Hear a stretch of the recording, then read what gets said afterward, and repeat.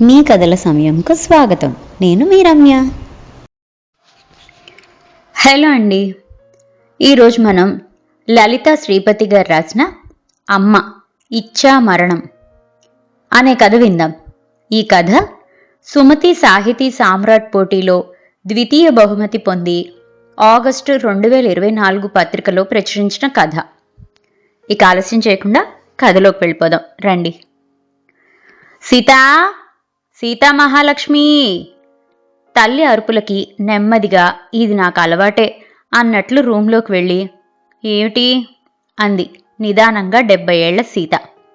ఏడయ్యిందే, నా ముఖాన్ని కాఫీ నీళ్లు పోసేదుందా లేదా? నాలిక పిడచకట్టింది. విసుగ్గా అంది 90 ఏళ్ల లక్ష్మమ్మ అనబడే లక్ష్మీ నరసమ్మ. ఇస్తున్నానమ్మా, లేవడం ఆలస్యం అయింది అని వెళ్ళబోతుంటే, ఇవాళ టిఫిన్ ఏమిటే అడిగింది పెద్దావిడ. ఇడ్లీ అంటూ బయటికి నడుస్తుంటే, ఇడ్లీ రోజు ఆ పిచ్చి ఇడ్లీ, ఓ పూరినో వాడో పెసరట్టో లేదు. తల్లి సణుగుడు విని నవ్వుకుంది సీత. నీకేం తిన్నా అరుగుతుంది, బీపీ లేదు, షుగర్ లేదు, నీ అదృష్టం నిట్టూర్చింది సీత. సీత తండ్రి నరసింహారావు గారు పోలీస్ కమిషనర్గా చేశారు. ఆయన నీతికి న్యాయానికి పెట్టింది పేరు. ఆయన బయట పోలీస్ అయితే ఇంట్లో తల్లే పోలీసులో ఉండేది. పిల్లల్ని విపరీతమైన క్రమశిక్షణతో పెంచింది. 4 పిల్లలు, 2 ఆడ 2 మగపిల్లలు.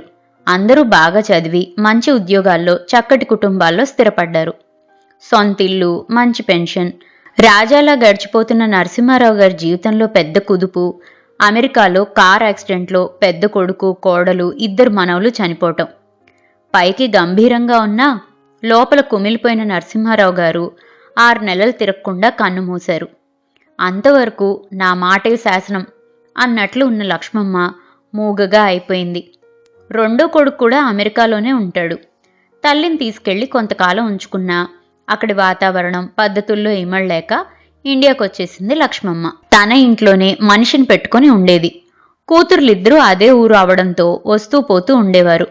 మనవాళ్ల పెళ్లిళ్ళు, పురుళ్ళు అన్నీ ఈవిడ చేతి మీదే అయ్యాయి. రెండో కొడుకు వాళ్ళు కూడా ప్రతి సంవత్సరం వచ్చి తల్లి దగ్గర 1-2 నెలలుండి వెళ్లేవారు. అమెరికాలో ఉన్న మనవలు కూడా ప్రతి సంవత్సరం వచ్చి నాయనమ్మ దగ్గర ఉండి వెళ్లేవారు. అందరూ మనవలు, మనవరాళ్లకి ఈవిడంటే ప్రాణం. అందరికీ ఎవరికి ఇష్టమైన వంటలన్నీ పేరు పేరున తనే చేసేది. రోజులు గడుస్తున్న కొద్దీ పిల్లలందరూ తలో దిక్కుకు వెళ్లారు. కొడుకు, కోడళ్లకి వయసు మీద పడి ఇండియా రావడం తగ్గించారు.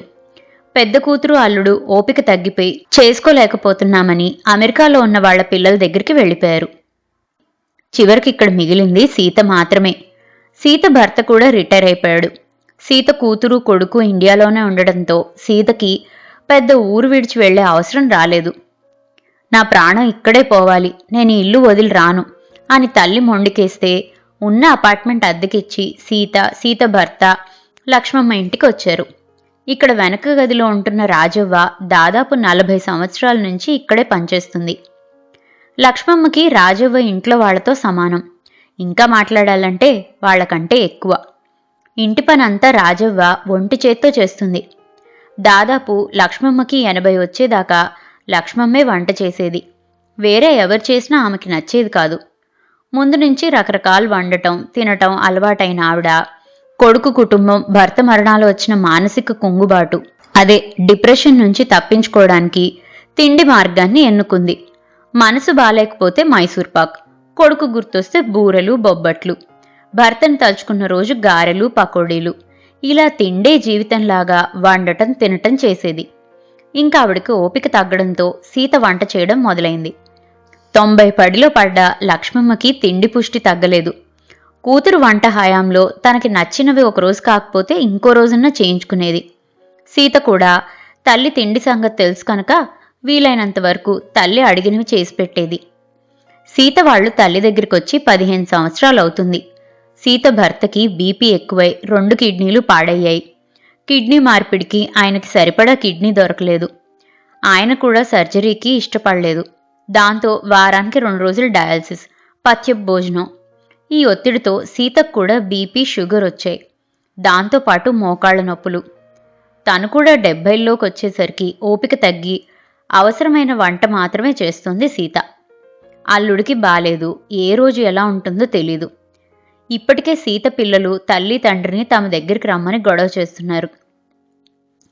సీత వెళ్ళిపోతే ఎలా అనే దిగులు, వీటన్నిటినీ ఎలా వ్యక్తపరచాలో తెలియని లక్ష్మమ్మ రోజూ భోజనాల దగ్గర గొడవ పెట్టుకునేది. ఉప్పు కారం సరిపోలేదని, నూనె లేకుండా కూరలు రుచిగా లేవని దెబ్బలాట. రోజు ఉన్న ముగ్గురికి 3 వంటలు చెయ్యలేక సీతకి ఓర్పు నశించిపోతుంది. కానీ తల్లికి ఓపికున్నప్పుడు ఆవిడ పిల్లలందరికీ చేసిన చాకిరీ గుర్తొస్తే ఏమీ అనలేకపోతుంది. 90 ఏళ్ళు వచ్చాక కూడా ఈ జిహ్వచాపల్యం ఏటమ్మా, పెట్టింది తిని కృష్ణారామ అనుకోక అని సీత విసుక్కుంటే, నాకు అరుగుతోంది, తింటాను, నాకెవ్వరూ ఊరికే పెట్టడం లేదు, నా మొగుడి పెన్షన్ ఖర్చు పెడుతున్నా, నాకేం చేశాడని దేవుణ్ణి తలుచుకోవాలి? మీ నాన్న పోగానే నన్ను తీసుకుపోవచ్చు కదా, నాకింత ఆయుర్దాయం నేను అడిగానా? అయినా నేను భీష్మ ఏకాదశి రోజు పుట్టాను, నాకు ఇచ్చా మరణం ఉంది, నా నిష్క్రమణం నా చేతిలోనే ఉంది అంది కూతురుతో. గాడిద గుడ్డు కాదు, నిజంగా ఇచ్చా మరణం ఉంటే అడుగు, ఇప్పుడే తీసుకెళ్ళమని. ఈ చాకిరీ చేయలేక నేను చస్తే నీకు చేసేవాళ్ళు లేరు విసుక్కునేది సీత. చూసావటే రాజవ్వ, నా కూతురు ఇంత చాకిరీ చేయించుకొని ఇప్పుడు నాకొచ్చేసరికి నన్ను చావమంటుంది అంటే రాజవ్వ, వదిలే పెద్దమ్మా, బిడ్డ పాపం అటు మొగుడికి ఇటు నీకు చేయలేక అల్లాడుతుంది అనేది. అంటే నువ్వు కూడా దాని పక్షమే, నన్ను ఇంక చాలు చావమంటున్నావా అని దెబ్బలాడేది. రోజు రోజుకి ఆవిడ నస ఎక్కువ అవడం, సీత ఓపిక తగ్గడంతో రోజు ఇద్దరికీ దెబ్బలాటలే. సీత భర్త కూడా ఒకసారి, నీకు ఓపిక తగ్గింది, ఓర్పు తగ్గింది, పెద్ద ఆవిడతో రోజు ఎందుకు గొడవలు అన్నాడు సీతతో. నేనున్నంతకాలం చేస్తానండి, ఆవిడకన్నా నేనే ముందు పోతే ఆవిడ పరిస్థితి ఏమిటి అని తలుచుకుంటేనే భయం వేస్తుంది అంది. మన చేతిలో ఉందా సీత, ఎవరు ఎప్పుడో, అనవసరమైన గొడవల వల్ల మనశ్శాంతి ఉండదు, నువ్వైనా ఊరుకో అనేవాడు ఆయన. పోనీలే, ఆవిడతో ఎందుకు గొడవ అని సీత అనుకుంటే ఒకరోజు బజ్జీ వేయమని, ఒకరోజు పకోడీలని, ఇలా 24 గంటలు తిండిగోలై సీతకు విసుగు బాగా ఎక్కువైంది. ఒకరోజు భర్తతో డయాలసిస్కి వెళ్తే ఆయనకి కొంత సమస్యలొచ్చాయి. డాక్టర్ సీతను పిలిచి, పరిస్థితి కొద్దిగా సీరియస్ అవుతుంది, డయాలసిస్తో ఎంతకాలం నడుస్తుందో తెలీదు, ఆరోగ్యం నెమ్మదిగా దిగజారుతుంది, ఇక మీరు ఇంట్లో ఉంచుకోవడం కష్టం అవుతుంది, హాస్పిటల్లో చేర్చి చూడాల్సి వస్తుంది అన్నాడు. దాంతో సీత మనసు భారమై ఇంటికొచ్చింది. రాగానే తల్లి, వచ్చావా సీత, ఆకలి దంచుతుంది, ఒక చిన్న కప్పు మైసూర్ పాక్ చేసి 4 ఉల్లిపాయ పకోడీలు చెయ్యి అంది. ఎక్కడలేని కోపం ముంచుకొచ్చింది సీతకి. ఇంట్లో మనుషులు ఒక్కొక్కళ్ళు చచ్చినా నీ తిండిగోల నీదే, 60 ఏళ్ల వాళ్ళు 70 ఏళ్ల వాళ్ళు పుట్టుకు పుట్టుకు చేస్తున్నారు, 90కి గుండ్రాయిలాగా ఉన్నావు, ఏమన్నా అంటే ఇచ్చా మరణం అంటావు, అదేదో అడగకూడదు, పీడాపోతుంది అని లోపలికి వెళ్లి తలుపు వేసుకుంది. లక్ష్మమ్మ రాజవ్వ హతాశులయ్యారు. ఎంత కోపం వచ్చినా సీత ఎప్పుడూ ఇలా మాట్లాడలేదు. ఆ రోజంతా తల్లి కూతుళ్ళు మాట్లాడుకోలేదు. మర్నాడు సీత కొడుకు ఊరినుంచి వచ్చాడు. ఏమైందిరా, ఇంత అకస్మాత్తుగా వచ్చావు అడిగిన అమ్మమ్మకి, నాన్న పరిస్థితి బాలేదమ్మమ్మా, ఇక్కడ అమ్మ ఒక్కతి చూసుకోలేకపోతుంది, వాళ్ళని ఇంక నా దగ్గరికి తీసుకెళ్ళిపోదాం అనుకుంటున్నా, అమ్మ నీ గురించే బాధపడుతుంది, పోనీ నువ్వు కూడా వాళ్ళతో వచ్చేయమ్మమ్మా అన్నాడు. నాదేముందిరా నాయనా, ఎంతకాలం ఉంటాను, పాపం మీ అమ్మ ఇన్నాళ్ల నుంచి నన్ను కనిపెట్టుకునే ఉంది, ఇప్పుడు వాళ్ళను నువ్వు కనిపెట్టుకొని ఉండు అన్న అమ్మమ్మ మాటలకి తల ఊపుతూ, వచ్చే వారం వచ్చి తీసుకెళ్తా, ఈలోగా ఇక్కడ ఏర్పాట్లు చూస్తుంది అమ్మ అని చెప్పాడు. మర్నాడు సీత నెమ్మదిగా తల్లి రూంలోకి వెళ్తే లక్ష్మమ్మ బీరువాలో చీరలు వస్తువులు తీసి సర్దుతుంది. ఏంటమ్మా సర్దుతున్నావు అంది సీత తల్లి పక్కనే కూర్చుని. ప్రయాణానికి సిద్ధపడాలి కదా అంటూ లక్ష్మమ్మ ఒక 10 కవర్లు తీసి సీతకిచ్చింది.